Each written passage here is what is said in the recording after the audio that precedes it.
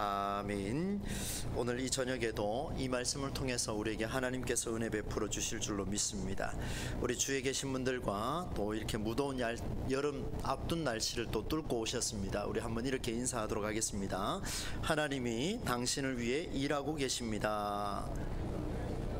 네, 한 번 더 하겠습니다. 하나님이 우리 교회를 위해 일하고 계십니다. 하나님이 우리 교회를 위해 일하고 계십니다. 네, 하나님께 은혜가 또 그 일하심이 저와 여러분에게 특별히 우리 교회 가운데 늘 임재하시기를 간절히 소망합니다.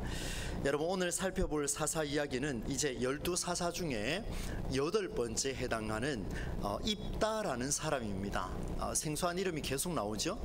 입다라는 사람의 성경 이야기로 이제 들어가려고 하는데, 그의 이야기는 오늘 10장 6절부터 시작해서 12장 중반까지 그 내용을 기록하고 있습니다. 입다는 이스라엘의 사사로 민족을 살리기 위해서 6년을 헌신한 인물이며, 독특한 점은 암몬 족속과 싸움에서 돌아온 그가 자기 딸을 여호와 하나님께 제물로 바치는 정말 황당하기 그지없는 이런 일들까지 벌이게 됩니다. 이제 오늘 말고 다음 시간에 이 내용을 좀 다룰 텐데요, 오늘은 이제 사사 입다가 등장하기 전까지의 배경입니다. 이 배경을 우리가 잘 이해하시면 이제 다음 주에 있을 그 말씀의 메시지가 어떻게 연결이 되는지를 우리가 좀 살펴볼 수가 있습니다. 여러분, 지난 시간의 말씀을 아마 기억하실 겁니다. 바로 앞 본문에서 사사 야일이라는 사람이 22년 동안 사사로 살았습니다. 그리고 30명의 아들들의 아버지로 살았고, 또 아들 30명에 대한 양육 과정에 있어서 아버지로 어떤 삶을 살았는지 우리가 깊이 한번 좀 다루었습니다. 그래서 그 말씀이 4절을 통해서 드러났었는데, 아들 30명이 어린 나귀를 각각 다 타고 또 30개의 성읍에 각각 들어가서 그 성읍을 지도하고 있는 그 모습을 우리가 보았었죠. 그런데 놀랍게도 그 결과 하봇 야일이라는 야일의 동네, 야일의 마을, 야일의 어떤 지역이다라는 그런 엄청 지역명까지도 우리는 얻게 되는 것을 보았습니다. 여러분, 이런 배경에서 이제 입다가 이제 출발을 해야 되는데, 여러분, 이 정도 하봇 야일이라고 한다면 그 사람의 이름을 가지고, 사사 이름을 가지고 이름을 지을 정도면 그 땅이 굉장히 평안하다라는 것을 우리가 짐작할 수가 있습니다. 그런데 오늘 말씀을 딱 보시면은요, 정말 평안한가? 라는 질문을 할 수밖에 없는 이런 상황인데, 오늘 말씀 6절에 보니까 굉장히 충격적인 이야기로 시작하고 있는 것을 우리가 볼 수가 있습니다. 여러분, 6절 말씀 한번 보십시오. 이스라엘 자손이 다시 여호와의 목전에서 악을 행하기 시작했다. 계속 반복이 되는 겁니다. 악을 행하는데 그 다음에 어떤 신들을 섬겨나가는지 같이 한번 읽었으면 좋겠습니다. 바알부터 읽겠습니다. 시작. 바알들과 아스다롯과 아람의 신들과 시돈의 신들과 모압의 신들과 암몬 자손의 신들과 블레셋 사람들의 신들을 섬기고, 또 누구를 버립니까? 여호와를 버리고 그를 섬기지 아니함으로, 이렇게 시작을 하고 있습니다. 참 읽기 좀 민망할 정도로요, 하나님이 야일을 통해서 하봇 야일이라는 이름을 주실 정도로 그 땅에 하나님의 역사가 평안함으로 이렇게 밀려왔는데, 이 사람들이 돌변을 했을까요? 갑자기 우상을 숭배하는 일이 또 벌어지기 시작하는데, 이번에는 그 강도가 굉장히 심각합니다. 읽을수록 좀 불편할 정도로 바알과 아스다롯과 아람과 모압과 시돈과 암몬과 블레셋 족속의 신들에게 참 이 말하기도 좀 부끄러울 정도입니다. 너무나 많은 신들. 그래서 제가 원고에 이렇게 적었어요. 그야말로 주변에 온갖 잡신을 다 가져온 그런 형태가 되고 말았다, 이렇게 적었습니다. 잡신들을 다 불러 모은 거예요. 어려운 일이 생길 때마다 필요한 신을 달리 불렀다라는 의미는, 이는 신이 인간의 삶을 지켜주는 게 아니라 인간이 때를 따라서 이번에는 블레셋 사람들의 신을 부르고, 또 다음번에는 또 이런 일이 생기니까 그때는 블레셋 신들이 통하지가 않아, 암몬 족속의 신들을 불러야 돼, 뭐 이런 형태로 계속해서 신을 번갈아 가면서 부르는 이런 장면이 오늘 본문에 등장하며 시작하고 있습니다. 참으로 안타까운 그런 이야기가 아닐 수가 없지요. 그 결과 하나님이요, 필요할 때만 신을 찾는 이스라엘 민족을 더 이상 품지를 않습니다. 내버려 두셔가지고 블레셋 사람들과 암몬 사람들이 그들을 괴롭혀도 관심조차 두지 않습니다. 눈길 하나 주지 않습니다. 고통의 세월은 무려 몇 년이냐면 여러분 8절 끝부분에 한번 보십시오. 몇 년 동안 그들을 억압했다고 기록하고 있습니까? 18해입니다. 무려 18년 동안 그들이 암몬과 블레셋 사람들이 이스라엘 민족을 막 괴롭혀도요 내버려 둔 거예요. 그런데 여러분 생각해 보십시오. 1개월이 지난 괴롭힘을 당하든 1년을 당하든 18해를 당하든 하루를 당하든 반드시 돌이켜야 할 생각을 해야 되는데도 불구하고 18년이 지나도록 하나님을 찾지 않았다는 점은 짐작해 볼 수가 있습니다. 이 이스라엘 백성들이요 그 수많은 잡신들 중에 하나로 누구를 생각했다고 생각할 수 있습니까? 여호와 하나님을 수많은 잡신 중에 하나로 취급해버린 무려 18해 동안입니다. 이 굉장히 심각한 그런 이야기가 오늘 본문에 등장을 할 수가 있지요. 18년이 지나서야 그들의 고통이 심각해져서 그들이 울부짖었습니다. 여러분 10절 말씀이에요. 같이 한번 또 읽어보도록 하겠습니다. 10절입니다. 시작. 이스라엘 자손이 여호와께 부르짖어 이르되 우리가 우리 하나님을 버리고 바알들을 섬김으로 주께 범죄하였나이다 하니. 여러분 이 기도문을 잘 보세요. 이스라엘 자손이요 너무 힘드니까 이제 하나님께 부르짖었습니다. 하나님 우리가 하나님을 버리고 저 우상 덩어리들을 섬김으로 주님 앞에 범죄했습니다. 우리를 회개합니다. 하나님 우리 범죄한 우리를 모습을 회개하며 나아갑니다. 이 회개 입술을 열었어요. 여러분 하나님 앞에 잘못하면요 회개 입술을 열어야 됩니다. 당연한 이야기죠. 우리가 매주 참회 기도를 드리는 것도 이런 차원에서 예배에 임하고 있지 않겠습니까? 그런데 이렇게 간절히 부르짖었는데요 거기에 대한 하나님의 대답이 굉장히 놀랍습니다. 이 정도로 회개하면 주님 앞에 내가 범죄했습니다라고 말한다면 그래 이번에 용서해 주마.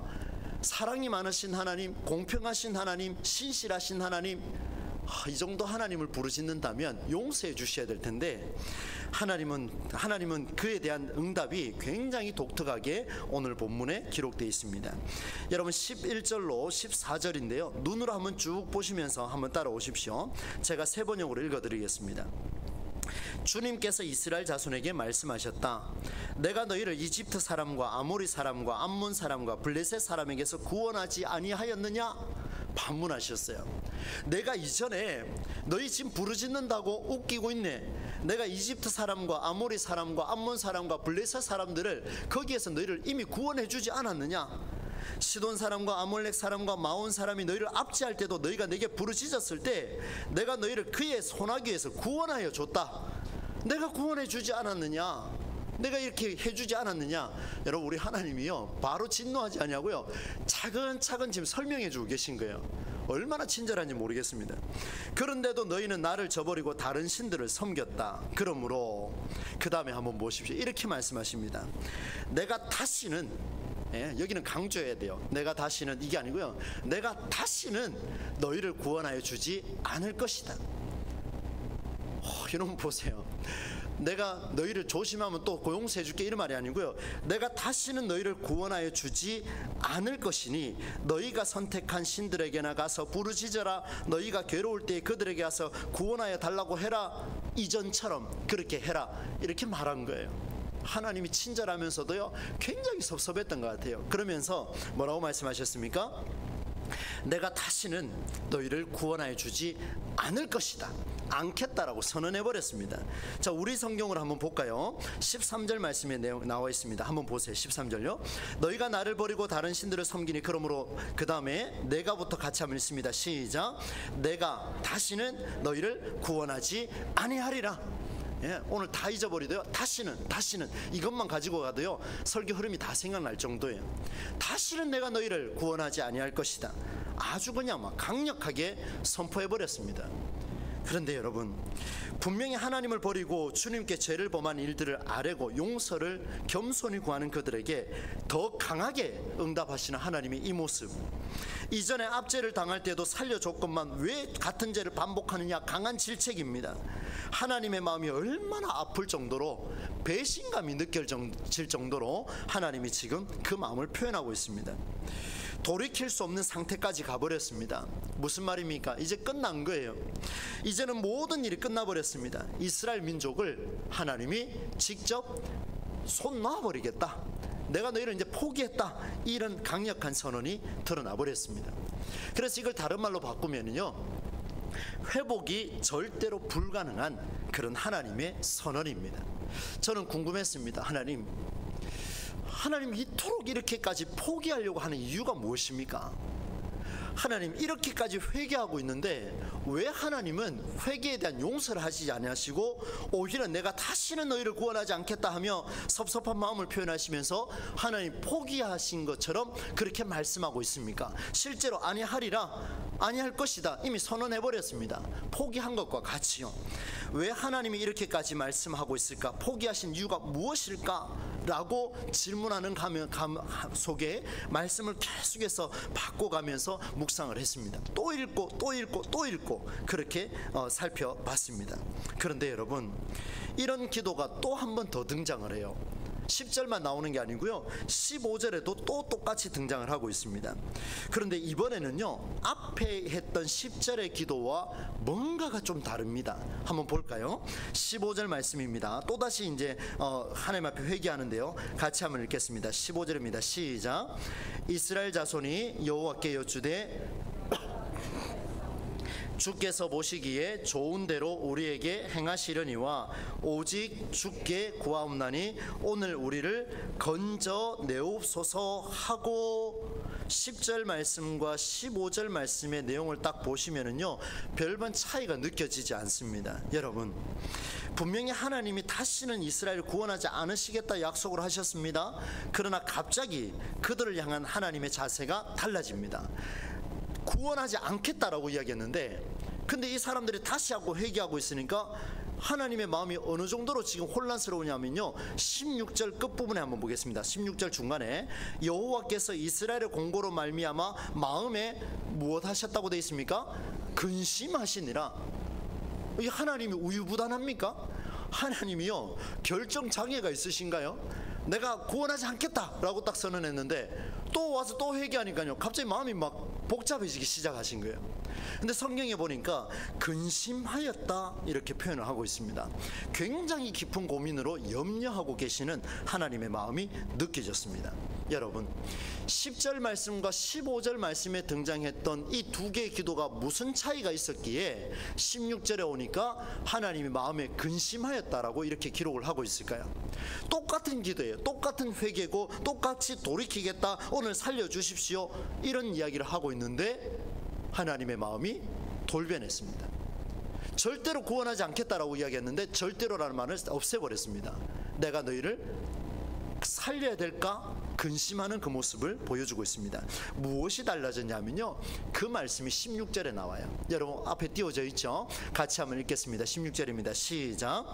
자기 가운데에서 이방신들을 제하여 버리고 여호와를 섬기매. 15절과 16절에 이스라엘의 공고로 말미암아 마음에 근심하니라, 하나님의 근심이 등장하게 된 배경이 뭐냐면, 자기 가운데에서 이방신들을 제하여 버리고 우상 숭배한 것들을 다 부셔버리고 불태워버리고 오직 여호와를 어떻게 했다고 되어 있습니까? 섬김에. 여러분 한번 보세요. 하나님을 섬기면 그러면 다 돌려주시느냐? 여러분 잘 보셔야 됩니다. 제가 무슨 말씀을 드리고 싶으냐면요, 오늘 우리의 기도가 어떤 기도인지를 한번 보셔야 됩니다. 우리의 기도가 10절의 기도인가, 아니면 15절의 기도를 하고 난 16절의 삶이 우리의 기도인가, 이것을 우리에게 말씀해 주고 있습니다. 여러분, 기도가 철저하게 자기 중심적인 생각에서 벗어나지 못하면은요, 우리를 구원하시려는 하나님의 생각에서 멀어질 수밖에 없습니다. 보세요. 10절 말씀에 그렇게 부르짖고 울부짖었는데 하나님은 뭐라고 말씀하시냐면, 내가 다시는 너희를 구원하지 않겠다, 아예 그냥 정죄해버렸습니다. 아예 멸망할 것이다 선언해버렸지만, 그런데 15절에 와서 그 기도하고 난 뒤에 16절에 삶이 딱 나타나기 시작하니까 달라지기 시작하더라는 거예요. 두 개의 기도는 별반 차이가 없습니다. 그러나 10절의 기도는 부르짖음으로 끝나버렸지만 15절의 기도는 16절로 이어져서 실제적인 행동으로 나타났다라는 것에 강력한 메시지가 오늘 우리에게 들려지고 있습니다. 사랑하는 여러분, 기도는 반드시 그 기도 가운데 하나님의 주시는 삶의 실천이 수반돼야 됩니다. 부르짖음의 기도는 살려달라는 기도이면서 맞습니다. 당연히 하나님 이 가난을 해결해 주십시오. 이 경제를 해결해 주십시오. 하나님 이 정치를 해결해 주십시오. 하나님 이 교회를 해결해 주십시오. 하나님 제 가정을 해결해 주십시오. 이 사업장을 해결해 주십시오. 누구나 살려달라고 기도는 다 할 수 있어요.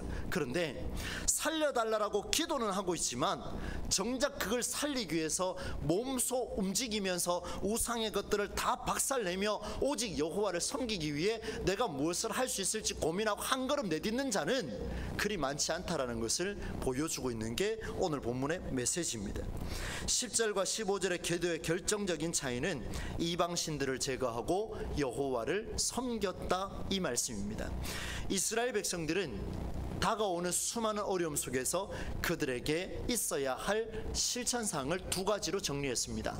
우상들을 없애고 여호와를 섬기며. 사랑하는 여러분, 오늘 우리의 기도는 어떻습니까? 우리에게 하나님이 요청하는 그런 기도는 어떤 것이겠습니까? 기도와 삶의 실천이 연결되면요, 내가 다시는 너희를 구원하지 아니할 것이다 라고 하셨던 창조주 하나님의 대선언도 여호와께서 그들의 고통으로 인해 마음에 근심하는 그들의 고통을 보고만 있을 수 없으셨음을, 깊이 근심하셨음을 드러내게 하는 놀라운 역사가 된다라는 사실을 우리는 볼 수 있어야 합니다. 이 시대를 바라보며 하나님, 우리의 기도가 응답이 되고 있습니까? 이 경제를 바라보며 여러분, 제가 최근에 들어서 계속해서 상담하고 있는 주된 내용이 뭐냐면 경제적으로 힘든 가정이 있어서 좀 마음이 좀 힘듭니다. 제가 실질적인 거 아닙니까?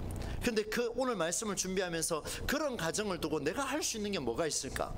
목사로서 할 수 있는 게 뭐가 있을까? 아무리 살펴봐도 제가 해줄 수 있는 게 별로 없더라고요. 제가 뭐 엄청나게 돈이 많아서 한 번에 해결해 줄 수 있는 그것도 안 되고요. 제가 뭘 해줄 수 있을까? 심각하게 제가 고민에 빠졌습니다. 근데 마침 이 본문을 준비하는 중이었습니다. 여러분, 제게도 하나님이 마음의 감동을 주셨습니다. 제가 뭘 해야 될지를 하나님 보여주셨는데 여러분도 한번 잘 보십시오. 기도는요, 회개로 끝나면 안 됩니다. 기도는 부르짖음으로 끝나면 안 됩니다. 진짜 회개는, 진짜 기도는 반드시 행동이 수반되어야 됩니다. 말씀을 선포하는 제가 이렇게 해 주시옵소서, 하나님 해결될 줄 믿습니다 라고 선포하는 걸로 끝나버리면, 제가 아무것도 안 하고 있으면 그건 기도가 아니라는 겁니다. 하나님이 오히려 가증스럽다라고 말할 수가 있습니다. 오늘 본문으로 보자면 그 기도가 얼마나 가증스럽겠습니까? 하나님이 너희를 구원하지 않겠다라고 말하는 선언일 수도 있다라는 두려운 마음이 들어 있습니다. 이렇게 해주십시오, 저렇게 해주십시오. 우리는 기도를 참 유창하게 잘 합니다. 제일 유창하게 하는 사람이 바로 저 아니겠습니까? 기도가 막 그냥 술술 나옵니다. 그냥 얼마나 숙달이 됐는지 너무 잘해요. 때로는 이런 기도가 내한테서 나오는 게 맞나 싶을 정도로 집에 돌아가면 참 잘했네 이런 생각이 들 때가 있습니다. 그런데 여러분, 제가 조금 우스꽝스러운 말씀으로 이렇게 드렸습니다마는 아무리 유창한 기도요, 아무리 준비 잘한 기도 가지고 올라서 100번 1000번 한번 해보십시오. 목사가 아무리 잘한 유창한 설교를 하기 위해서 준비해서 올라서 그렇게 수없이 선포해 보십시오. 정작 선포하는 자가 실천 안 하면요, 그 능력이 되지가 않습니다. 근데 중요한 것은 성령이 함께 하셔서 그 말씀 또한 능력이 되게 하시니까 그게 놀라운 일인데요, 어떻든요, 저 자신에게 봤을 때는 이것이 너무나 중요하다는 것을 여러분에게 말씀을 드립니다. 하나님을 마주하기에 가로막는 것들이 있습니까? 그럼 이스라엘 백성들처럼요, 하나님을 마주하기에 가로막는 게 있으면 과감하게 내려놓으십시오. 버리십시오. 그리고 절제하십시오. 그러면 하나님께서 어떻게 만들어 주실 건지, 말만 하는 기도가 아니라 행동이 수반되는 기도가 우리에게 있어야 한다는 놀라운 통찰이 오늘 본문을 통해서 우리에게 나타나고 있습니다. 오늘 말씀을 선포하기 전에 그런 인사를 나누었습니다. 매주 하는 인사입니다. 그러나 능력이 있습니다. 하나님이 당신을 위해 일하고 계십니다. 하나님이 우리 교회를 위해 일하고 계십니다. 할렐루야. 놀라운 고백이에요. 그런데 하나님이 당신을 위해 일하고 계십니다. 근데 나는요, 하나님이 우리 교회를 위해 일하고 계십니다. 그런데 나는, 여러분 물으셔야 돼요. 저의 질문이야. 하나님 앞에서 최성수 목사에게 하는 저의 질문입니다. 너는 뭐 하고 있느냐? 그렇게 인사 잘할 수 있느냐? 그럼 너는 뭐 할 것이냐? 하나님 말씀합니다. 이스라엘 백성들에게 너희들은 무엇을 할 것이냐. 그게 바로 오늘 본문의 핵심이죠. 하나님의 일하심의 능력은요, 바로 실제적인 행동이 반드시 수반되어야 그것이 역사로 나타난다는 것을 말씀해 주고 있습니다. 그리고 여러분, 오늘 본문을 통해서 또 한 가지를 생각해야 되는데, 다음 주를 위해서 이 말씀을 좀 준비를 했습니다. 이스라엘 백성들이요, 이렇게 이방신들을 제거했습니다. 대단하지요. 그리고 오직 여호와를 섬김으로 하나님의 마음이 그들을 향한 따뜻한 마음으로 열려버렸습니다. 조금 전까지 용서해 주십시오 했는데 하나님 막 울그락불그락 해가지고요, 막 뭐라 했지 않습니까? 그 쫓아내듯이 이야기하셨는데, 근데 갑자기 또 한 번 듣고는 심각하게 고민하시고는 따뜻하게 지금 품어가고 있습니다. 그런데 그 계속되는 싸움 중에 하나님은요, 이스라엘을 구원할 또 하나의 사사를 세우는데 그 한 사람을 준비하게 하시는데, 그가 이름이 누구냐면 오늘 우리가 살펴보는 입다라는 사람이에요. 다음 주에 구체적으로 그의 삶을 살펴볼 텐데요, 그를 소개하기를 11장 1절에 보니까 길르앗 사람 입다는 어떤 사람이라고 기록하고 있습니까? 세 글자로요, 큰 용사입니다. 그냥 큰 용사가 아니고요, 큰 용사예요. 세 번역으로 보니까요, 굉장한 용사다 이렇게 표현하고 있습니다. 굉장하다라는 거예요. 어떤지 정확하게는 알 수 없지만 굉장한 용사다라고 그렇게 표현하고 있는 모습이 있습니다. 여러분, 입다는 이제 8번째 사사입니다. 이스라엘을 구원한 하나님의 도구가 되었어요. 그런데 여러분, 오늘 한 가지 중요하게 다루어야 다음 주에 있을 내용을 이해할 수 있는 그 계기가 있는데요, 그걸 이제 말씀을 드립니다. 그것은 하나님이 준비한 사람이 어떤 사람인지를 보자는 겁니다. 여러분, 온갖 잡신으로 얼룩져 있던 이 이스라엘 살릴 자가 누가 나와야 되겠습니까? 입다라는 사람은 굉장한 용사였습니다. 대단한 것 같아요. 그런데 그의 출생을 보니까 기가 막힙니다. 여러분, 그의 출생을 한번 보십시오. 1절 말씀 같이 한번 읽어보겠습니다. 11장 1절입니다. 시작. 길르앗 사람 입다는 큰 용사였으니 기생이 길르앗에게서 낳은 아들이었더라. 여러분, 기생이 뭐 하는 사람인지 모르는 분 혹시 계십니까? 그럼 제가 친절하게 나중에 말씀드릴게요. 기생, 여러분, 세 번역에 보니까 정확하게 표현하고 있죠. 창녀입니다. 창녀. 몸을 파는 여성을 일컬어서 그렇게 말하고 있죠. 문자 그대로 제가 그냥 번역해서 말씀을 드립니다. 여러분, 한번 생각해 보십시오. 한 나라를 다스릴 자가, 한 도시를 이루어갈 위대한 사역자가, 한 교회를 품어가야 할 위대한 사역자가 기생의 아들로 여러분 이력서에 넣었다고 생각해 보십시오. 누가 받아주겠습니까? 절대로 받아주지 않습니다. 그것도 하나님의 거룩한 사역을 감당해야 할 그 일에 누가 기생의 아들을 세울 수가 있겠습니까? 이건 정말 우리에게 충격적으로 다가오는 그 메시지입니다.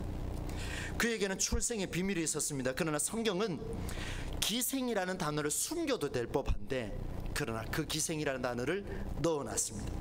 하나님이 준비하신 인물이라 하기에는 너무나 초라하기 짝이 없습니다. 누가 그걸 따라주겠습니까? 이게 응답이라고요? 여러분, 문제를 해결할 사람이 등장했는데 그의 출생을 보니까 기가 막힐 정도의 사람이라면 어찌하겠습니까? 여러분, 사업이 어려워지고 가정이 힘들어졌는데요, 이 가정을 위해서, 이 사업장을 위해, 이 직장을 위해, 이 교회를 위해서 상담해주는 사람이 왔는데 천하게 짝이 없고 지식도 부족하고 무깎하게 힘만 센만 사람이 찾아와서 내가 해결해 줄게. 그럼 누가 받아주겠습니까? 문전박대죠. 다 쫓아내버립니다. 그런데 하나님은요, 놀랍게도 이 사람을 지금 세워가는 그 과정을 우리에게 보여줍니다. 간절한 기도, 그리고 그에 합당한 실천의 삶까지 완전하게 이행했던 이스라엘 백성들. 그러나 하나님의 놀라운 응답은 기가 막히게도 내가 이해할 수 없는, 말도 되지 않는 형태로 밀려온다면 여러분께서는 하나님의 응답을 응답이라고 말할 수가 있겠습니까? 우리의 가정에, 우리 교회 공동체에 앞으로 하나님이 어떤 것을 부어주실지 모르겠는데, 그런 상황 속에 내 경험에서 이해할 수 없는 방법으로 하나님이 이끌어 가시면 여러분 받아들일 수 있겠습니까? 내 경험, 내가 생각할 때 이건 절대로 말도 안 되는 이야기입니다 라고 말할 정도의 하나님의 가치관이 조금씩 풀려가고 있다면 여러분 받아들일 수 있겠습니까? 굉장히 어렵습니다. 이때 우리가 마음이 열어놔야 됩니다.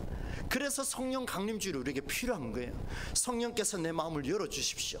꽉 막혀있는 이 답답함을 하나님 열어주시옵소서.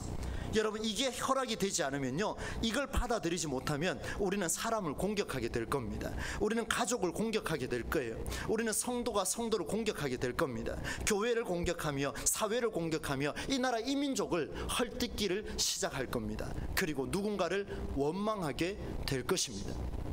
여러분 보십시오. 이스라엘 백성들에게 하나님이 허락하신 이 입다라는 사람은 정말 천한 사람이었습니다. 누구도 인정해 줄 수 없는 그런 사람이었는데, 다음 주에 보겠습니다만은 오히려 길랏이라는 곳에 있는 이 장로들과 그곳에 있는 지도자들이 오히려 이 입다를 찾아가는 참 우스꽝스러운 일들이 벌어지기 시작합니다. 그 내용은 다음 주에 보도록 하고요, 이제 마무리 짓겠습니다. 여러분, 제가 이 말씀을 드렸던 이유가 뭐냐면, 입다가 등장하기 바로 직전입니다. 길랏 백성과 방백들이요, 어떤 진지한 대화를 나누었는지를 보면 알 수가 있습니다. 여러분, 17절 18절 말씀, 10장 17절 18절입니다. 함께 한번 읽어보겠습니다. 함께 읽습니다. 시작. 그때에 암몬 자손이 모여서 길랏에 진을 쳤으므로 이스라엘 자손도 모여서 미스바에 진을 치고 길랏 백성과 방백들이 서로 이르되, 자, 여기서부터 중요합니다. 읽습니다. 시작. 누가 먼저 나가서 자손과 싸움을 시작하랴. 그가 길랏 모든 주민의 머리가 되리라 하니라. 자, 서로 모여가지고 대화를 나누는데요, 지금 암몬 족속이 쳐들어왔잖아요. 그러면 적어도 방백들이 되고 지도자가 되고 용사가 된다면 누가 먼저 나가서 싸우랴, 누가 나가서 싸움을 시작하랴, 이 말 해야 됩니까? 아니면 창을 들고 뛰어나가야 됩니까? 별로 안 가고 싶습니까? 뛰어나가야죠. 지도자라면요. 근데 그 앞에서 뭐라고 이야기합니까? 누가 우리를 위해서 지금 싸움을 시작해 줄 수 있겠느냐? 오죽했으면 하나님이요. 오죽했으면 그런 지도자들 다 무너뜨려 버리고 누구를 세웁니까? 저 천하기 짝이 없는 기생의 아들을 지금 사용하고 있는 그 모습이 있습니다. 사랑하는 여러분, 저는 우리 교회 성도님들을 무시할 생각이 전혀 없습니다. 하나님 제게 먼저 말씀하셨습니다. 네가 바로 서지 않으면 너 같은 존재는 내가 하는 일에 필요가 없다. 나는 다시는 너를 세우지 않을 것이다. 그러나 누가 갈까 그래 의논하고 있는 그 자리에 나는 오히려 이 가겠다라고 선언하는 자를 내가 선택해서 사용할 것이다. 하나님의 나라는요, 직분이 있어서 되는 것도 아니에요. 목사가 있어서 되느냐? 그렇지도 않습니다. 하나님의 나라는요, 천한 직업이든 천한 사람이든 상관없습니다. 그 하나님의 나라의 일에 응답하는 자를 통해서 역사하시는 줄로 믿습니다. 저는 그것이 우리 교회 수요기도에 참석하신 여기 계신 우리 성도님들이 됐으면 좋겠습니다. 이것이 오늘 우리에게 주는 메시지 아니겠습니까? 말씀을 정리해 보겠습니다. 오늘 두 가지를 한번 봤는데요, 8번째 사사 입다가 등장하기 직전에 이스라엘 민족들은요, 온갖 정말 형편없었습니다. 이스라엘 자손이 온갖 잡신들을 막 섬겼습니다. 이럴 때는 이렇게, 저럴 때는 저렇게. 하나님 말씀하셨잖아요. 그래, 그때 그렇게 부르짖었던 그 신들한테 가라, 이렇게 말하지 않습니까? 그러니까 때를 따라 막 이루어지는 신들한테 막 갔던 거예요. 고통스러운 그들이 그제야 몇 년 뒤에요? 18년 뒤입니다. 18해 동안 온갖 잡신 섬기다가 그제서야 하나님 앞에 엎드립니다. 그런데 두 개의 기도가 있었습니다. 10절의 기도가 있고 15절의 기도가 있었는데, 10절의 기도와 15절의 기도의 결정적인 차이는, 10절 기도는 기도하고 끝나버렸지만 15절 기도는 기도하고 난 뒤에 실제로 행동에 옮겼다라는 것의 역사가 이루어졌습니다. 이방신들을 제하여 버리고 여호와를 섬겼습니다. 사랑하는 여러분, 여러분에게 기도 제목이 많을 겁니다. 정말 많을 겁니다. 하나님 앞에 마주하십시오. 그리고 고통을 호소하십시오. 마음껏 하나님 앞에 부르짖으십시오. 마음의 아픔을 다 드러내십시오. 그리고 그 말로 끝내지 말고 주여 내가 무엇을 하오리까? 그리고 물으시고 한 걸음 더 실천으로 나아가시기를 바랍니다. 행동이 수반될 때 하나님의 마음이요, 우리의 공고로 말미암아 저주가 아니라 근심하더라. 하나님이 너를 살리기 위해, 최 목사 너를 살리기 위해 근심하더라. 이런 기도가, 이런 응답이 이루어질 수 있도록 우리가 행동으로 옮기는 것이 얼마나 중요한가를 보여줬습니다. 그리고 두 번째가 다음 주 말씀을 준비하기 위해서 실천이 수반된 응답이 이루어졌을 때 그 응답, 내가 이해할 수 없는, 내가 상상하지도 없고 내가 전혀 받아들일 수 없는 그런 단 0.00001%도 받아들일 수 없는 그런 사람으로 우리나라를, 그리고 우리 교회를, 또 우리 사회를, 여러분의 가정을 이끌어가도록 조언해주고 만들어주는 그런 일이 생겼을 때 그것을 하나님의 뜻으로 받아들일 수 있을까? 이것이 오늘 우리에게 주는 메시지였죠. 사랑하는 성도 여러분, 이 두 가지 말씀을 잘 기억하십시오. 창녀 출신의 굉장한 용사가 나타난다면 어찌해야 될 것인가? 이것을 기억하며 반드시 삶의 실천으로 이어지는 이 놀라운 은혜가 우리에게 주어졌을 때 하나님의 역사는 우리 동부제일교회를 통해서 훨씬 더 아름답게 일하고 계시고 또 그 일을 우리의 눈으로 볼 수 있도록 만들어 주실 줄로 믿습니다. 저와 여러분이 쓰임받을 수 있기를 주님의 이름으로 간절히 축원합니다.